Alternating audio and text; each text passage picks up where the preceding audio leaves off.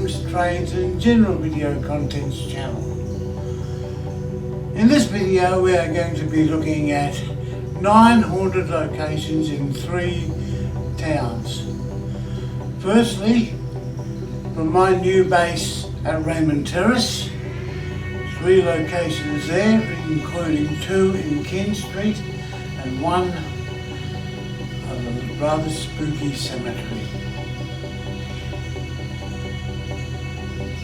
In the second part, we're going to be looking at 3 locations in Morpeth, and in the final part, 3 locations including 2 theatres in Newcastle. So, stay with us and enjoy the program. And if you like the video, don't forget to like, share, comment, and most importantly, subscribe. Thank you very much.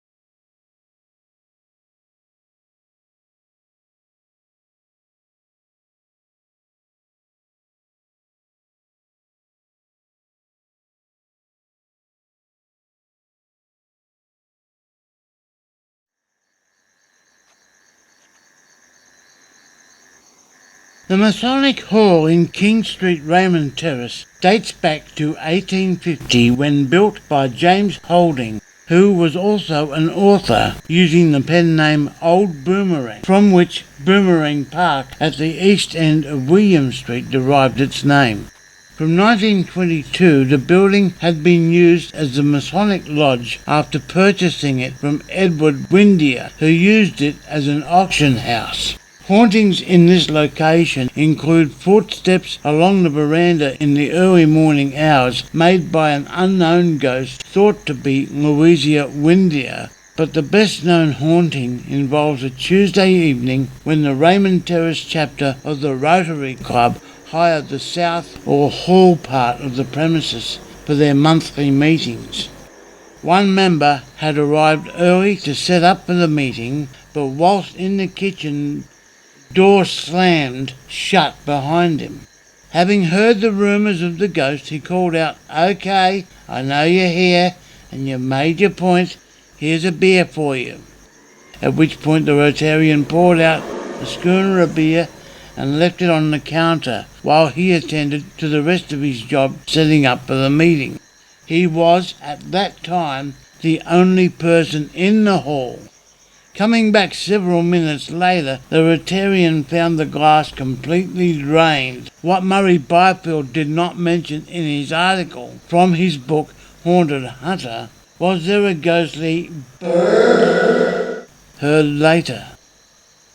The ghost is said to be an upstairs tenant, George Hill, who resided there from 1894 to 1897.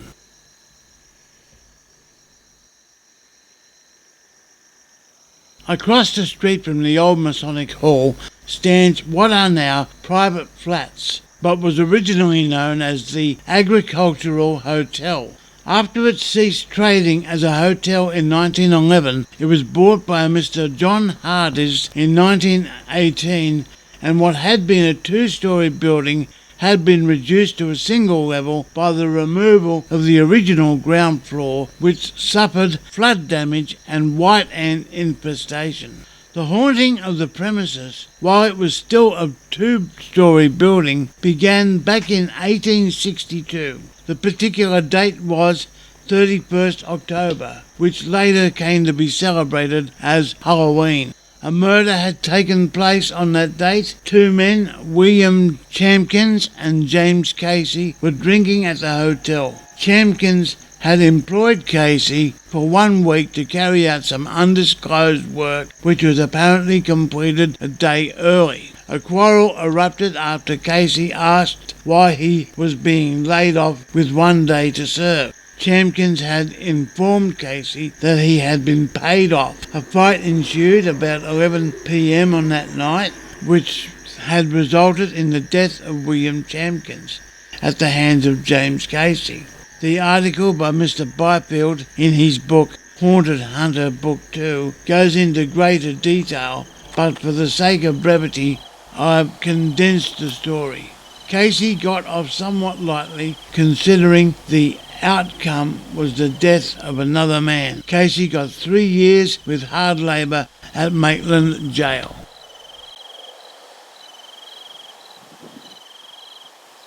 The earliest recorded headstone in this cemetery dates from 1840. However, there were several burials before that year, and not all of them having any monuments to mark them. Murray Byfield, whose books Haunted Hunter and Haunted Hunter Book 2 had lived close by this cemetery and had often visited it. Prior to white settlement, Aboriginal tribes had also used the area to bury their deceased members. Murray had taken his late border collie, Lewis, to the cemetery, and Lewis would whimper and become agitated whenever they ventured anywhere near the northern end of the cemetery, which, according to Murray Byfield, was the most paranormally active part of the cemetery.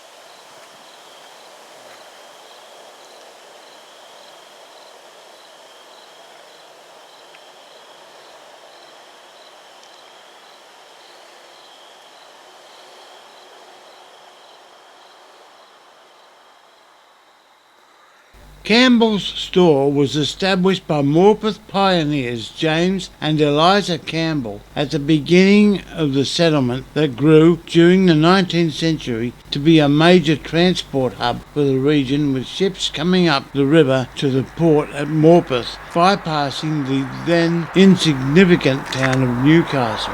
However, with the coming of rail transport, Morpeth's importance declined as Newcastle grew, and Morpeth settled into life as a suburb of nearby Maitland.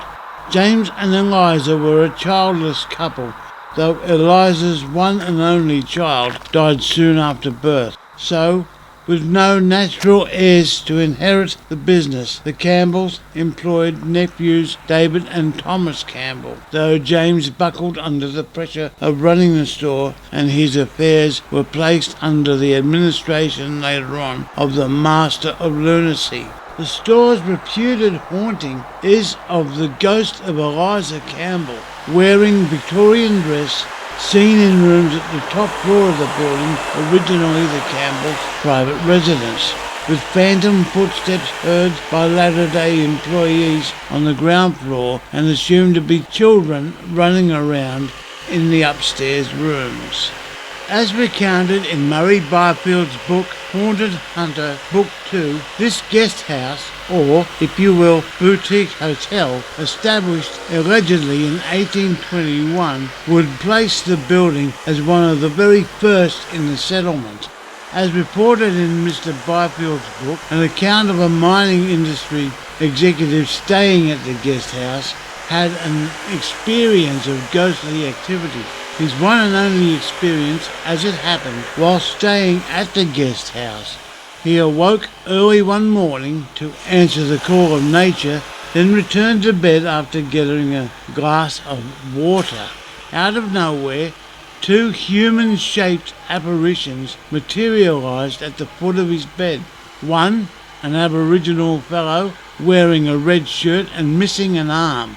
The other, a young white girl of European descent, wearing an old-fashioned maid's dress. Suddenly, getting an excruciating pain in the back of his neck, the executive said he tried to grab whatever it was causing all the pain. When he did finally grab it, it was an Aboriginal arm from shoulder to fingers, which dematerialised just as the figure of the Aboriginal man also vanished. Then the white European girl in maid's dress started crawling up under his bed sheets, and despite efforts to stop her, she reached his face, turned her head and whispered something unintelligible in his ear before she too vanished, leaving the executive alone and at peace again. The spur line from East Maitland to Morpeth was the first of its type anywhere in Australia, though the line did not enjoy unanimous welcome, as operators of shipping lines feared it would eventually ruin their business, as it actually had done. The line's demise eventually came on the 30th of August 1953, and the former station on the corner of Swan and Robert Streets stands as a silent reminder of that former service. But being a Morpeth landmark, you just know it's going to be haunted, and so it is. As Murray Byfield recounted in his book Haunted Hunter, he and a co-tour guide named Nathan, plus one other taking part in the very first ghost tour of Morpeth, which Mr. Byfield conducted, witnessed a tall, stocky fellow wearing what could have been either a policeman's or railway worker's uniform, who peeked out from a corner, walked to the right, then vanished, leaving Murray and his co-tour guide and the participant trying to describe what they've just witnessed.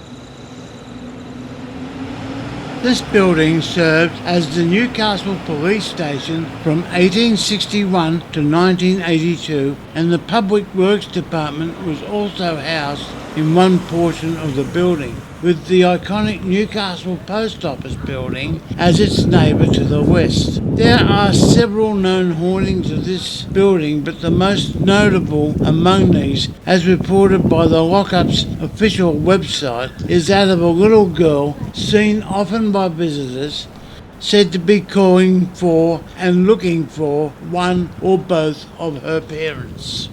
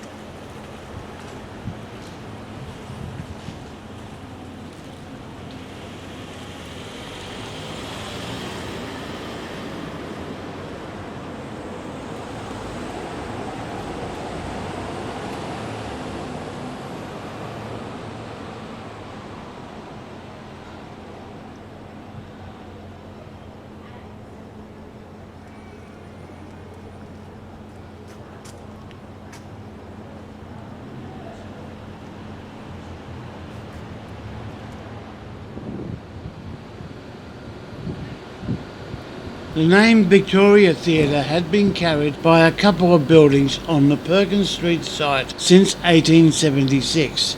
The building underwent alteration in 1885 but then was demolished in 1890 to build what now stands as the Victoria Theatre. From 1890, the theatre operated as a cinema, showing the earliest example of this new art form right through to the theatre's demise as such in 1966, when it became a retail space housing such stores as East Ham's Jeans. From around 2022 to 2025, work has been underway to restore the theatre to its former glory, with an opening date slated for sometime in 2025. As of this late date in November 2025, there is as yet no word on when the opening will actually take place. As reported by Greg Ray, a Newcastle Herald reporter, plus information from Wikipedia, the theatre boasts, in keeping with tradition, its own resident spook.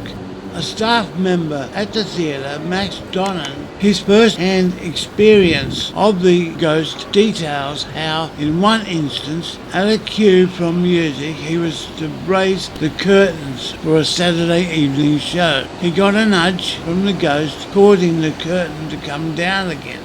1 week on from that, Mr. Donnan watched as a grand piano rolled across the stage on its own. The unnamed ghost was said to have hung himself backstage many years earlier.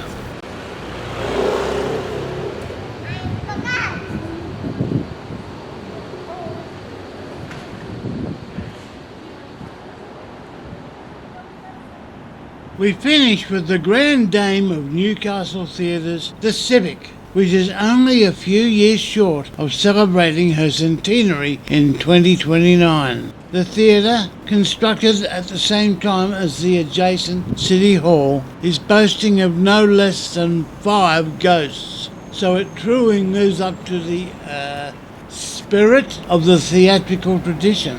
That pun very much intended. Of the 5 spooks, one named Joe was encountered by former Deputy Mayor and long-time Stockton resident Frank Rigby. According to my own recollection, plus information from Wikipedia, Mr. Rigby was sitting in the auditorium looking around and wondering how the council was going to pay for repairs and maintenance when a fellow who introduced himself simply as Joe sat down next to Mr. Rigby and told him that everything would sort itself out, which it did in spectacular fashion. The chance meeting happened early in 1989. Then, only a few months later, Newcastle was struck by the earthquake, measured at 5.5 on the Richter scale. The funds for repair and maintenance came in the form of a massive insurance payout.